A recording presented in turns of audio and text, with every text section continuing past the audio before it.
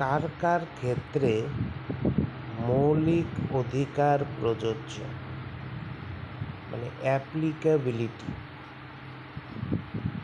Features of fundamental rights.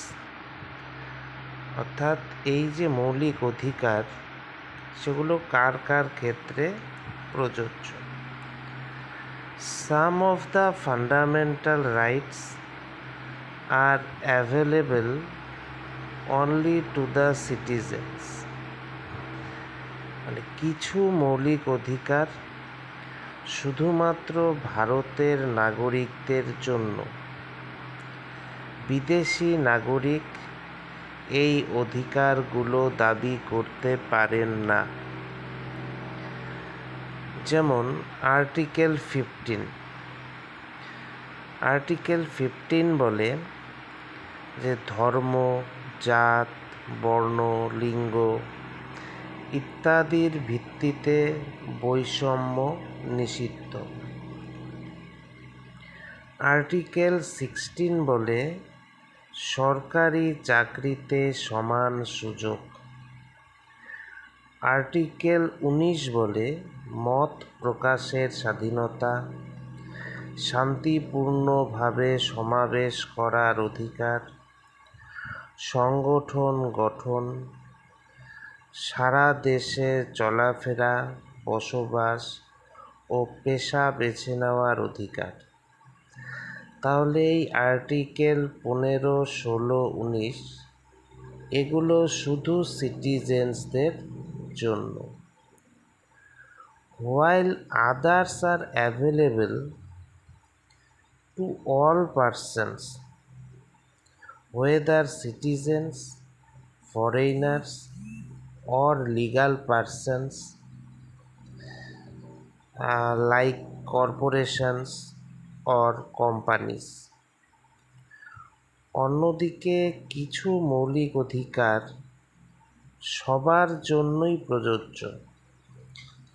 ভারতের নাগরিকদের জন্য প্রযোজ্য, বিদেশিদের জন্য প্রযোজ্য, এমনকি লিগাল যে পারসনস অর্থাৎ কোম্পানি বা কর্পোরেশন,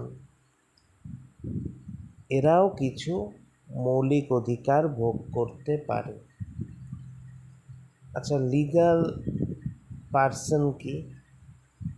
লিগাল পারসন বলতে এমন সত্তাকে বোঝায় যাকে আইন একজন ব্যক্তির মতো স্বীকৃতি দেয়। যেমন একটি কোম্পানি, কর্পোরেশন, বিশ্ববিদ্যালয়, এগুলোকে লিগাল পারসন বলা হয়। যেমন আমরা যদি আর্টিকেল 14 দেখি, যে আইনের দৃষ্টিতে সকলের সমতা। আর্টিকেল 21 দেখি জীবন ও ব্যক্তিগত স্বাধীনতার অধিকার। আর্টিকেল 20 অপরাধের ক্ষেত্রে সুরক্ষা।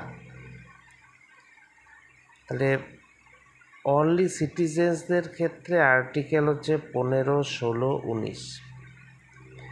আর অল পারসনসদের ক্ষেত্রে, সেটা সিটিজেন্স হোক, ফরেইনার্স হোক বা লিগাল পারসনস হোক, সেখানে আর্টিকেল 14, 20, 21। এছাড়া আরও কিছু অধিকার এই শ্রেণীতে পড়ে।